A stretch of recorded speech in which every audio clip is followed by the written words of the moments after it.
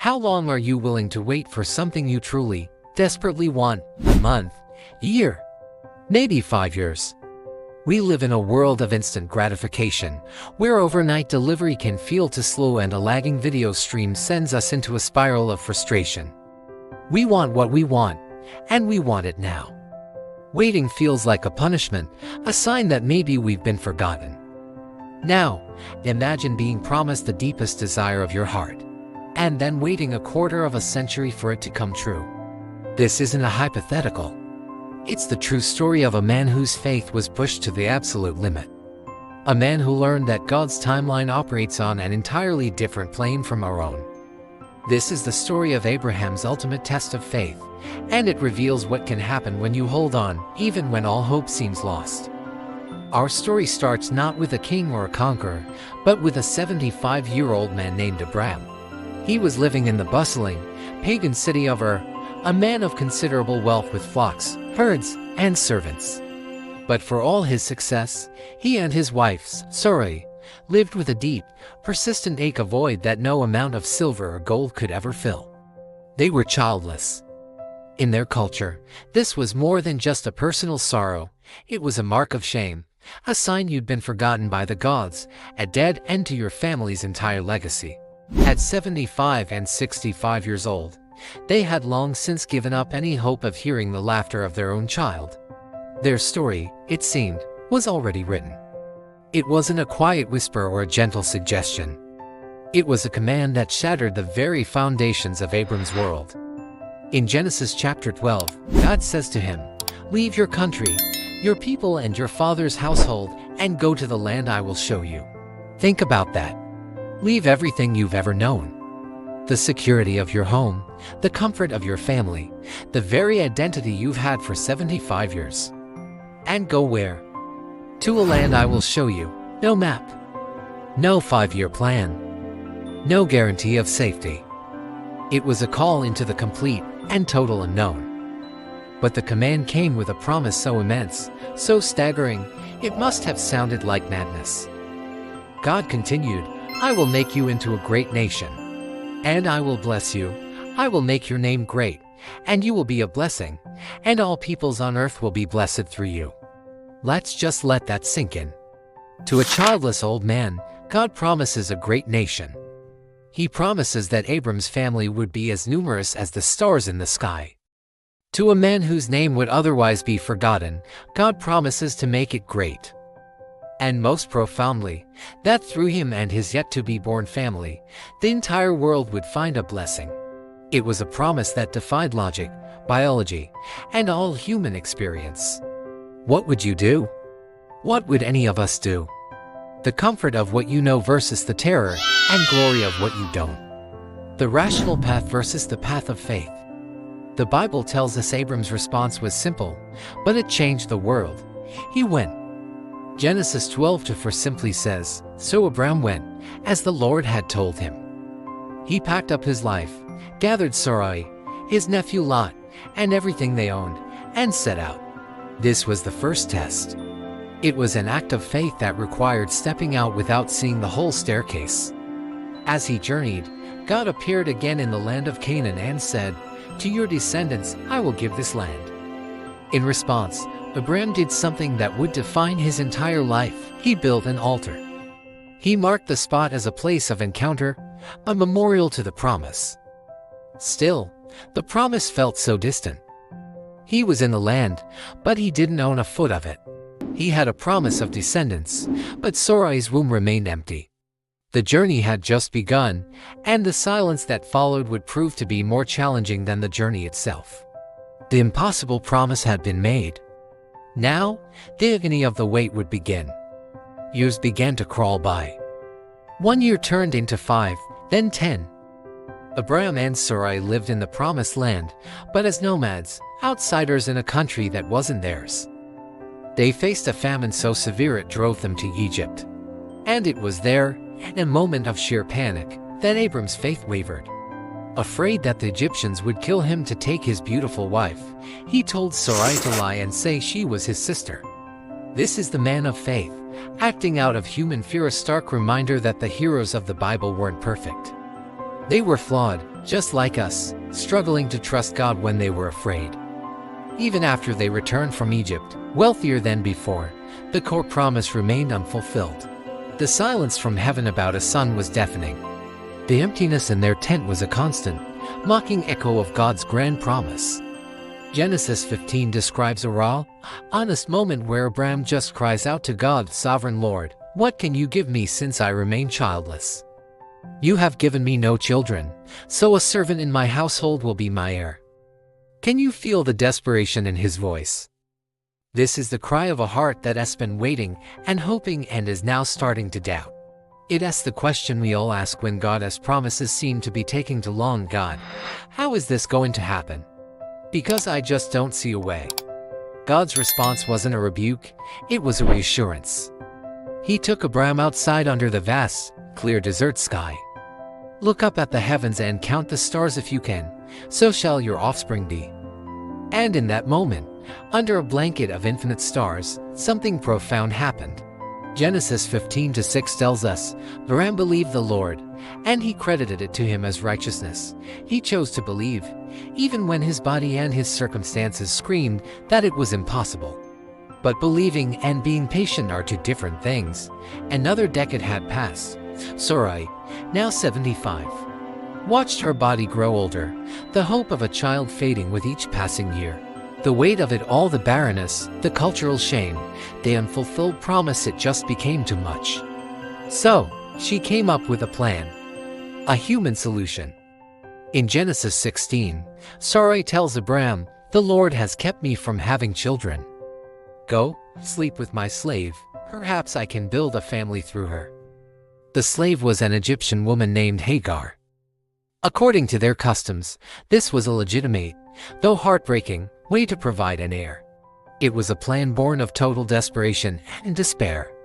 It was Sarai and Abraham taking matters into their own hands, trying to help God fulfill his promise. And let's be honest, how often do we do the exact same thing? When the weight becomes unbearable, when we feel like God has forgotten us, we craft our own solutions. We force a door that isn't opening. We create a plan B because we're not sure God is coming through on plan A. Abraham agreed. He slept with Hagar, and she conceived. For a second, it might have felt like a victory. But the fruit of their impatience quickly turned bitter. Hagar, now pregnant with her master's child, began to look down on her barren mistress. Sarai, eaten up with jealousy and regret, mistreated Hagar so badly that she ran away into the desert. The home that was supposed to be filled with the joy of a promised son was now filled with contempt, jealousy, and pain. Their human solution had only created more brokenness. Out in the wilderness, an angel of the Lord found Hagar. In her despair, she received her own promise from God. Her son would be named Ishmael, and he too would be the father of a great nation. But the angel also told her to return. Hagar went back, and in time, gave birth to Ishmael. Abraham was 86 years old. He finally had a son. But it wasn't the son of the promise. Now, an even harder wait began. The years stretched on. 87, 90, 95, 99. 13 long, silent years passed after Ishmael was born. 13 years of raising a son, loving a son, while knowing, deep in his heart, that God's original promise was still unfulfilled. The waiting had now lasted for 24 years. Abraham was about to turn 100. By any rational measure, hope wasn't just lost, it was absurd. This story of waiting is a mirror for our own lives, isn't it? We all have promises we are waiting on, prayers that seem to go unanswered. If this struggle to hold on to faith resonates with you, consider subscribing to our channel. We explore these profound stories from the Bible that offer real hope and perspective for our own journey. Click that subscribe button and join a community that is learning to find God, even in the waiting. When Abraham was 99 years old, after 13 years of total silence about the promise, the Lord appeared to him again. And this wasn't just another vision. God declared, "I am God Almighty, walk before me faithfully and be blameless. Then I will make my covenant between me and you and will greatly increase your numbers." And then, God did something deeply personal. He changed their names. Abram, exalted father, became Abraham, father of a multitude. Sarai, my princess, became Sarah, princess, signifying she would be a mother of nations.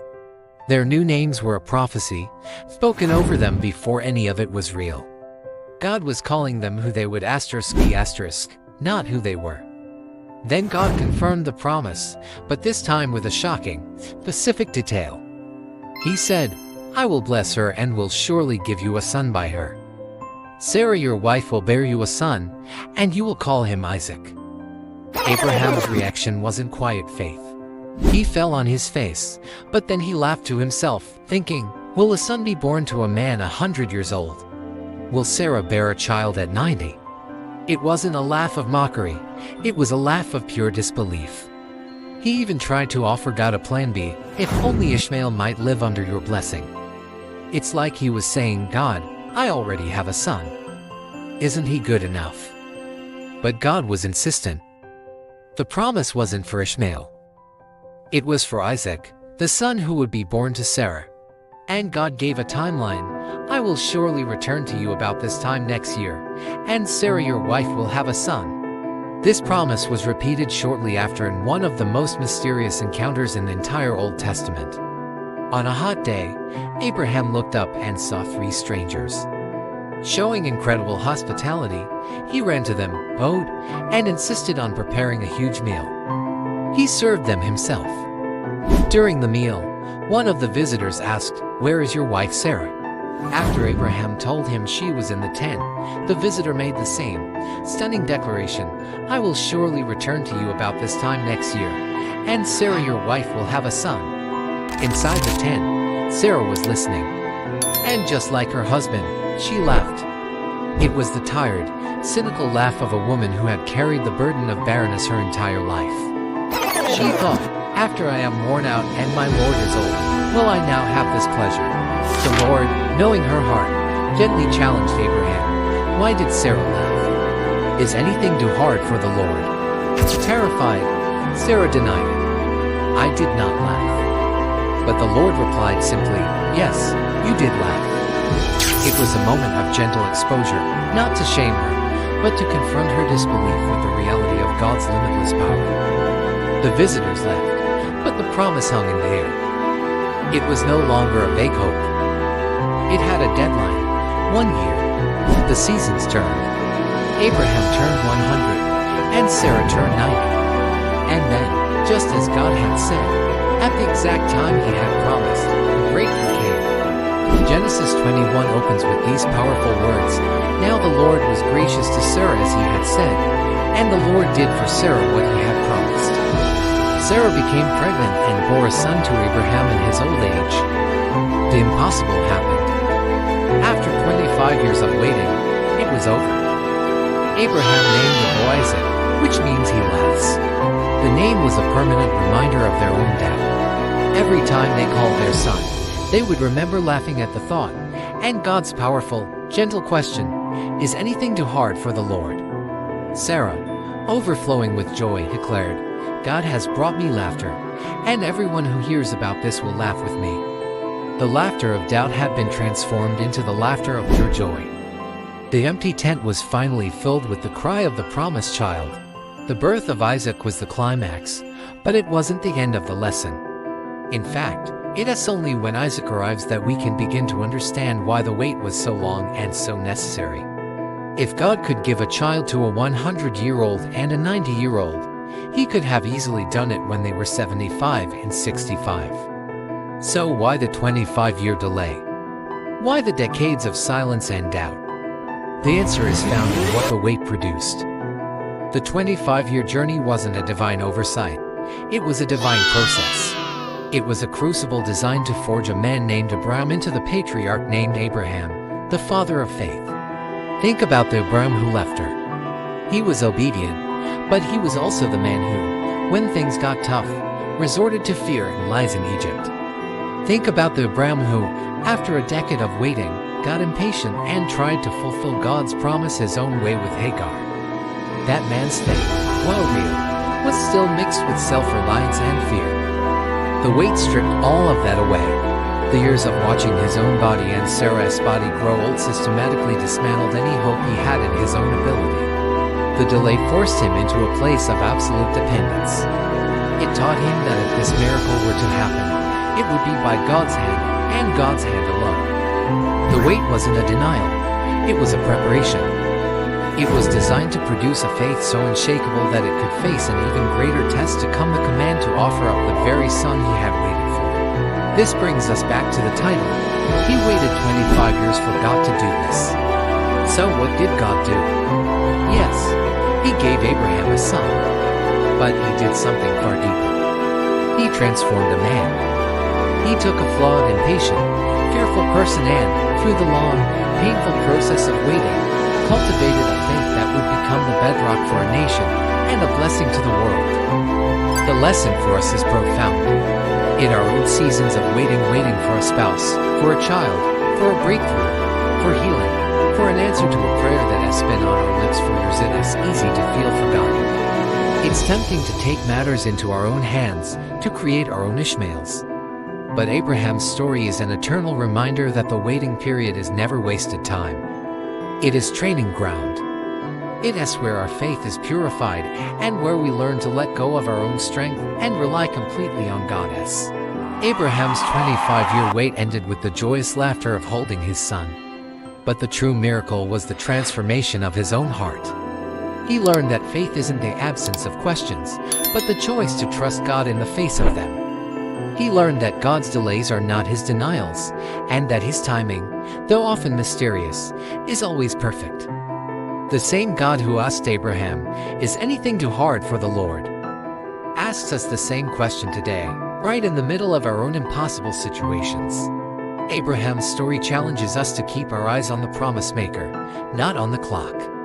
It challenges us to believe that even in the silence, God is at work, preparing us for the promise he has in store. Because sometimes, the greatest thing God does for us is not giving us what we want when we want it, but making us into the people we need to be to receive it. And that is a work that can't be rushed.